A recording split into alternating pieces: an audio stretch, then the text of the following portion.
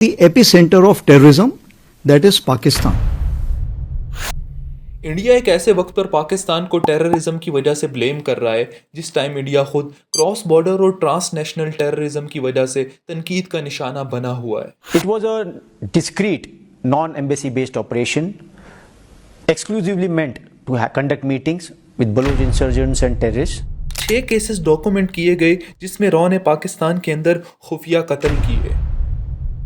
Recently Indian army chief ने कहा कि Pakistan is epicentre of terrorism, यानी कि पाकिस्तान दहशतगर्दी का मरकज है। The violence level is being orchestrated by the epicenter of terrorism, that is Pakistan. अब ये रिमार्क्स कोई भी सेंसिबल बंदा सुने, चाहे वो पाकिस्तान से हो या भारत से, वो यही कहेगा कि ये रिमार्क्स नफरत और बुग़्ज़ से भरे हुए हैं। इस बात में कोई शक नहीं कि पिछले 20 से 25 सालों में पाकिस्तान ने दहशतगर्दी की वजह से बहुत सफ़र किया है। 2001 से लेकर अब तक तकरीबन 85,000 पाकिस्तानी दहशतगर्दी की वजह से अपनी जानों से हाथ धो बैठे हैं। जबकि फाइनेंशियल लॉसेस को देखें तो पाकिस्तान को दहशतगर्दी की वजह से अब तक 35 ट्रिलियन रुपीस का नुकसान हो चुका है। इंडिया एक ऐसे वक्त पर पाकिस्तान को टेररिज्म की वजह से ब्लेम कर रहा है जिस टाइम इंडिया खुद क्रॉस बॉर्डर और ट्रांसनेशनल टेररिज्म की वजह से तनकीद का निशाना बना हुआ है। कुलभूषण जाधव का केस तो आप सभी को याद होगा। 3 मार्च 2016 को पाकिस्तान इंटेलिजेंस एजेंसी ने बलूचिस्तान के इलाके माशकेल से एक इंडियन जासूस कुलभूषण जाधव को गिरफ्तार किया।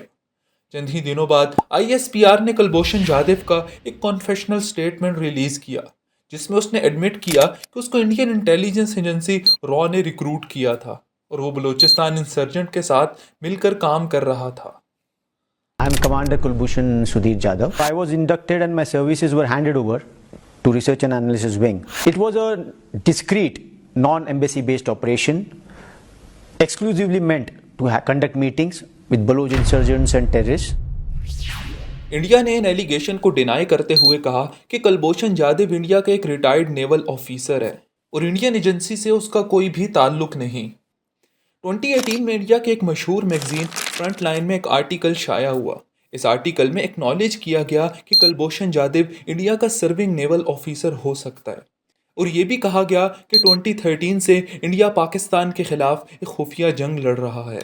इससे पहले Indian news channel the Quint में एक स्टोरी पोस्ट हुई जिसमें कहा गया रॉ ने कुलभूषण जाधव को रिक्रूट किया as a part of renewed effort to use human source as deep penetration agents against Pakistan. चंद ही घंटों बाद ये स्टोरी पेपर से हटा ली गई।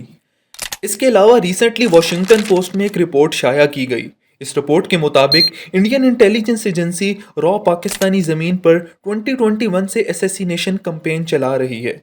इस रिपोर्ट में 6 केसेस डॉक्यूमेंट किए गए जिसमें रॉ ने पाकिस्तान के अंदर खुफिया कत्ल किए। इस रिपोर्ट में यह भी कहा गया कि पाकिस्तान के अलावा ये असैसिनेशन कैंपेन इंडिया ने नॉर्थ अमेरिका में सिख एक्टिविस्ट्स के खिलाफ भी शुरू कर रखी है। रिसेंटली सिख एक्टिविस्ट हरदीप सिंह कत्ल केस में कैनेडियन गवर्नमेंट ने 6 इंडियन डिप्लोमेट्स को मुबैना तौर पर इस कत्ल में मुलव्विस होने के इल्ज़ाम में एक्सपेल भी किया, जिसकी वजह से दोनों मुल्कों के दरमियान ताल्लुकात इंतहाई कशीदा हो गए। इसके अलावा नवंबर 2023 में अमेरिका के जस्टिस डिपार्टमेंट ने एक इंडियन सिटीज़न को अमेरिका में असैसिनेशन अटेम्प्ट के इल्ज़ाम में चार्ज किया।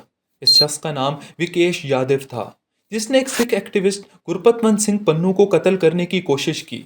अमेरिका ने इस असैसिनेशन प्लॉट को बुरी तरह से नाकाम बना दिया।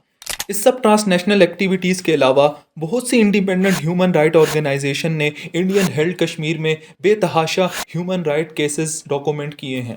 एमनेस्टी इंटरनेशनल ने एक रिपोर्ट में डिटेल के साथ ये केसेस डॉक्यूमेंट किए। इनमें arbitrary arrest on detention, torture, death in custody, extra judicial executions, disappearances, impunity and government attitude toward human right in the state जैसे केसेस शामिल हैं। इन सब एक्टिविटीज़ के बाद इंडिया का पाकिस्तान के ऊपर दहशतगर्दी का इल्ज़ाम लगाना बिल्कुल बेमकसद है। ये इल्ज़ाम किसी दूसरे मुल्क पर तब लगाए जा सकते हैं जब आपका अपना दामन साफ हो।